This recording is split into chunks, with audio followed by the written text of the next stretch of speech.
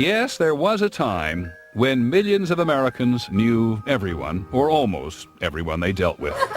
Hey, ready for your Coke? Oh yeah, I'm ready for my Coke. Before Walmart and all the other giant stores, people did go to the corner store. Customers knew the store owner, and he knew them. There's your boyfriend over there, Mr. Flowers. Come on, Mr. Flowers, we've got to give you a hug. There was a system of identification that was based on familiarity. You're a good-looking man, too. Carolyn Lucas knows today that even in her hometown, it's not the same. Nowadays, sometimes you don't even know your neighbor. You might be living next door to someone who has murdered someone and not even knowing, because of people not interacting with each other anymore. Today, because of the mobility of our society, that system of identification is broken down. And so we've got to find a different way in which to be able to get that same information, to reinstill in many ways the best of small-town America. Derek Smith, who runs ChoicePoint, may wax nostalgic, but he clearly sees a business opportunity in the changing way that Americans live. Today, there is a certain irony that Carolyn Lucas works for Derek Smith. Hello, Sydney. How are you today?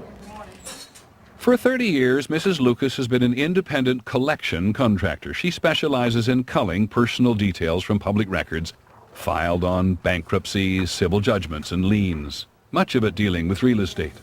And she does it the old-fashioned way. She copies down the names and the addresses and the judgment amounts by hand. I like anything to be on paper.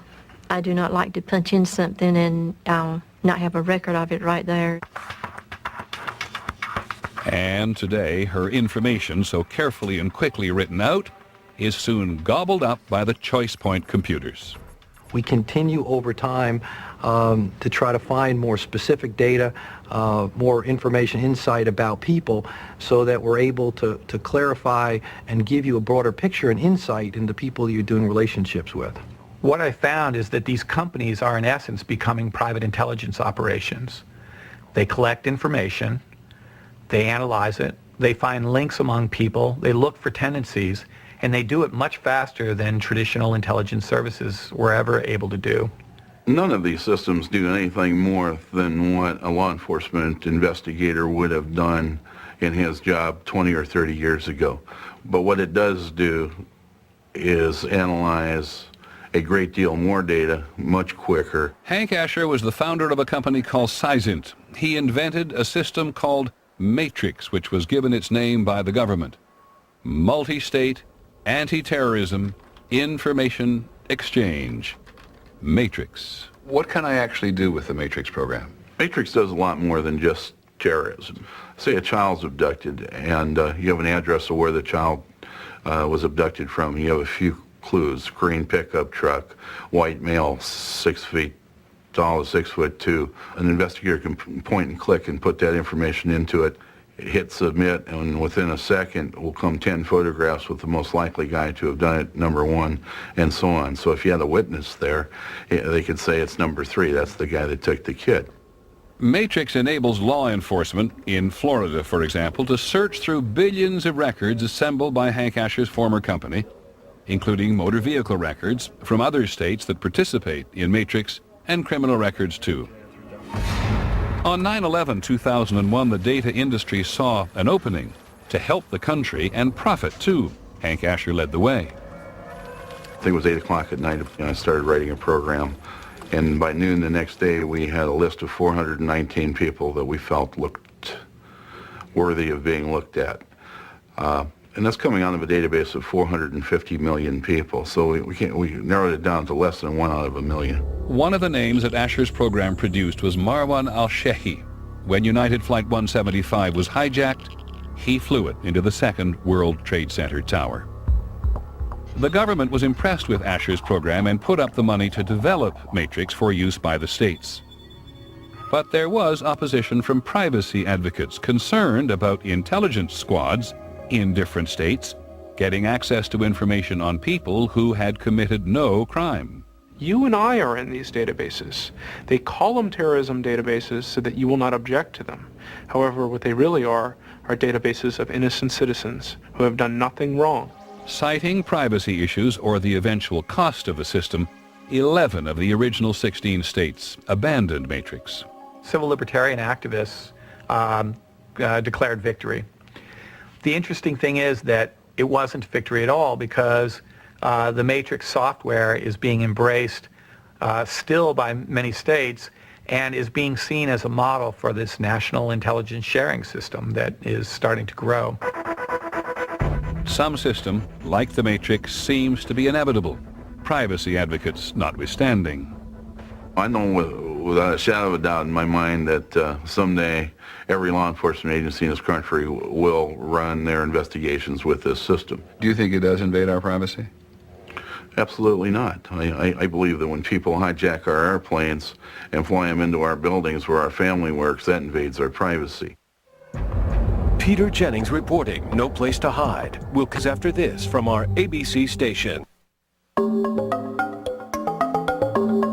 There are many good reasons to go to Las Vegas. Thousands of people move here permanently every month.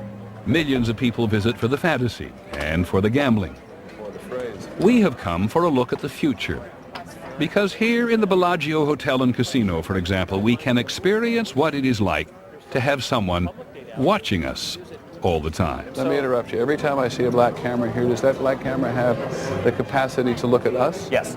In this one Las Vegas institution, there are 1,800 surveillance cameras, and from the moment you phone to make a reservation here, the hotel is checking to see if your name is linked to someone who has tried to cheat the system before. You look close enough? Oh. We've also come to meet this man. Jeff Jonas is a computer scientist who believes that his system for protecting the casino from crooks and con artists will also work to protect the country. The CIA has backed him financially, and IBM has just purchased his company. Las Vegas is an interesting lab. Why? It turns out that opportunists, I mean, it's not like terrorism where there's lives on the line, but in Las Vegas, money's on the line, and opportunists are constantly trying to figure out how to extract, lots of money as fast as possible undetected. And so the ways that they go about doing that are pretty sophisticated.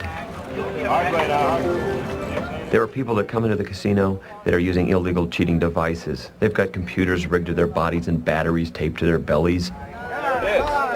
The casino needs to respond in a way to locate who is carrying out actions against them, who's attacking them, and close that gap between detect and preempt.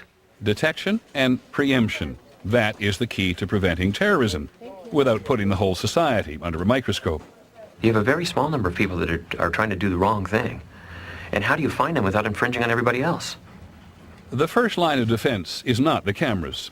It is the information you gave the hotel to get a reservation. You're in the database now. And even while your bags are on the way upstairs, the computers are going through watch list databases to see if your name is there, or your alias if you're using one. Some people wishing to scam the casinos have dozens of aliases, dozens of identity cards. Jonas designed a program to sift through and track down, to collate and identify the individual behind the multiple aliases an opportunist might have. This particular guy happens to be a slot cheat. And he changed his street address. Right, and we don't want his business. Yeah. Bad people who are up to no good, they morph their identities and they'll use their middle name instead of their first name. They'll transpose their month and day and their date of birth because they can remember that. He changed his apartment number by dropping out the 5. Today, we have a series of casinos that would use this technology, and it finds non-obvious connections. It tells you that the person who you just arrested for cheating lives with the dealer.